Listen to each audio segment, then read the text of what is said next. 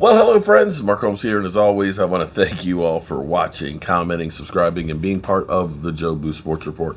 Without you guys, as well as you ladies, you know that this literally does not work. We are about about an hour away from Hard Knocks coming through. Hope you join the show. We'll be doing a watch party starting off about 9:45, and discussing all the things that have happened with the Dallas Cowboys. With the cuts and things, and what they may be trying to do, of course, over the next couple of days.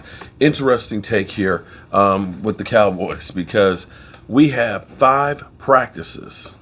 We talking about practice, not a game now. We talking about 5 practices. That's it to get ready for the Tampa Bay Buccaneers, and only 2 of them actually in pads. A lot of the talking heads, of course, are saying that, Dak doesn't have much time, and a lot of y'all thinking that Dak Prescott hasn't been throwing any, and that he hasn't been practicing, and he's literally going cold.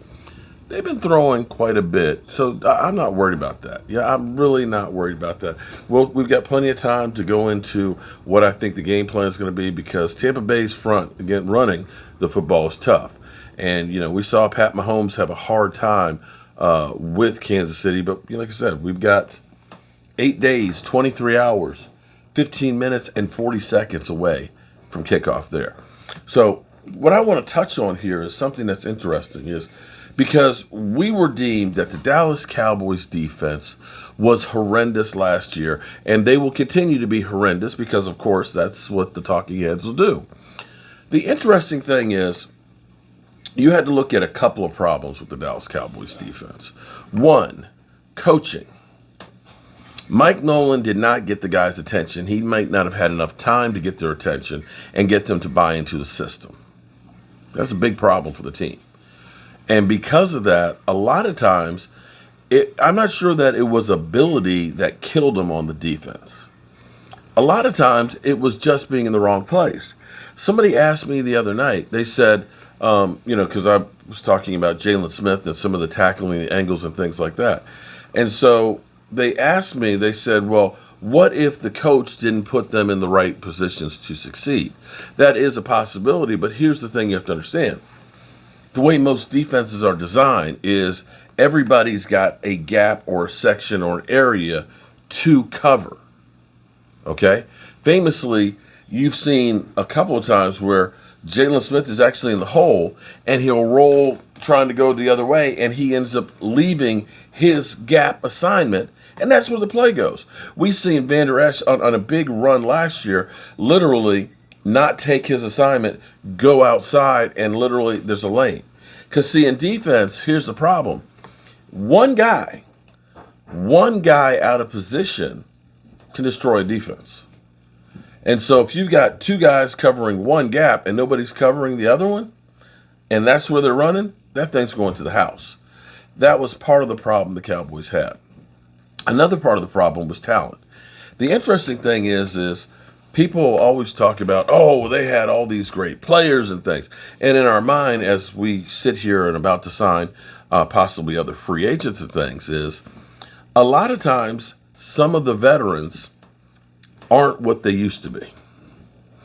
And in our minds as fans, we're not thinking about what the coaches are seeing with these players now. We're thinking about the great things that we saw before. It's kind of like when you grew up someplace, where you grew up was the greatest place in the world. The food that you ate, what your mama made, man, that was the best cooking in the world, because it's what you were used to, and you only remember the good stuff. You don't remember the bad things about your town. I guarantee you don't. And that's why you always have those fond memories of home. Well, that's the same thing about players as they get old. When you think about Michael Vick, you think about when he used to be on the video game commercials, where they had the ride, the kid hops in and stuff, and it's like, he's just going in. Yeah, that's what you think about with Michael Vick. But by the time Michael Vick got to the Steelers, he's not the same guy. I hear the same thing about, we should sign RG3, because you're thinking about RG3, the rookie year. That rookie year where Washington came out with the pistol offenses. Defensive coordinators didn't know anything about it. RG3 didn't have a messed up knee. And because he could run outside so well, he was ending up being able to just do, easy dump offs to players because they were trying to keep him from running. Once defensive coordinators realized keep him in the pocket and he had to become a pocket passer, those numbers went off a cliff. He was never the same. Yet we have Cowboy fans that we should go get RG3. Well, here's the thing with what we had last year. We signed Clinton Ha-Ha-Dix. Clinton Ha-Ha-Dix, he played pretty good in Chicago. Wasn't awful in Washington.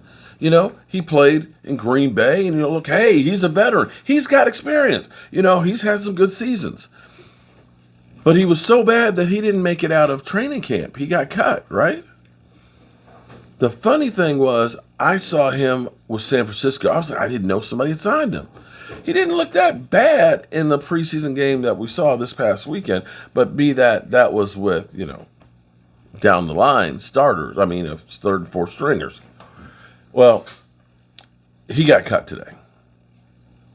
He got cut. Didn't get picked up by anybody last year.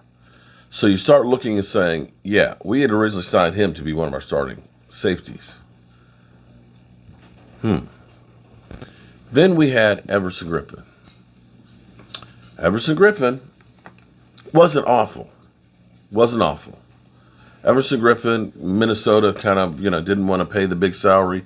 They ended up, or he actually wanted to go because he figured I can do better elsewhere. I can be bad by myself.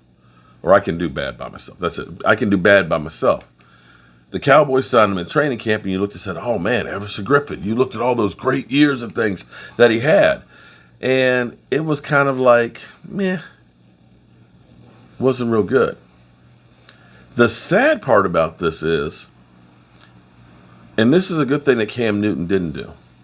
When Cam Newton didn't burn bridges when he left New England. He said, don't worry about me, I'll be fine, and everything else. Didn't have anything bad to say about New England, right? Well, Everson Griffin, back in January, basically said, Kirk Cousins is ass. The coach didn't want him. Ask the coach if he wanted him. He's ass. Minnesota re-signed him, brought him back in. He had to do the walk of shame and apologize to Kirk Cousins. That guy just got cut too by Minnesota. So you look at two guys we brought in. See, here's the problem. We brought these guys in at training camp with a new coach. Didn't have time to become Cowboy players and to buy in to being part of this group. And apparently, the problem wasn't the Cowboys. The problem was the players. You follow me? Now, here's what I will always say. Just from having Dan Quinn there and the Dallas Cowboys having an off season, having time to understand what the defense is. Because just like I talked about, Jalen Smith, if you bite inside and the plays on outside, they've already got the advantage. It's hell to chase because now I've got a plant and I've got to go and I've got to anticipate where he's going to be so I can find the cutoff, the mesh point to get him. And it's hell to do that. As opposed to somebody knows you've got outside contain, drive the person inside. These are the problems that happen with the defense.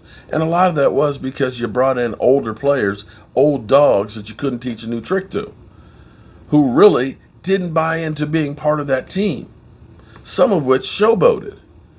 And when they showboat, you leave others exposed. So maybe that's the lesson the Cowboys have learned. The one thing I can say is I think the free agent signings that they brought in this year definitely seem to have made the roster better. We haven't had the Clinton Ha-Ha-Dixes that we signed as a free agent thinking they're going to be the guy and get cut out of training camp.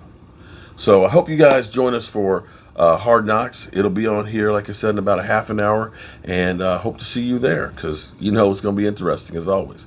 I'm Mark Holmes, and I will see you hopefully later.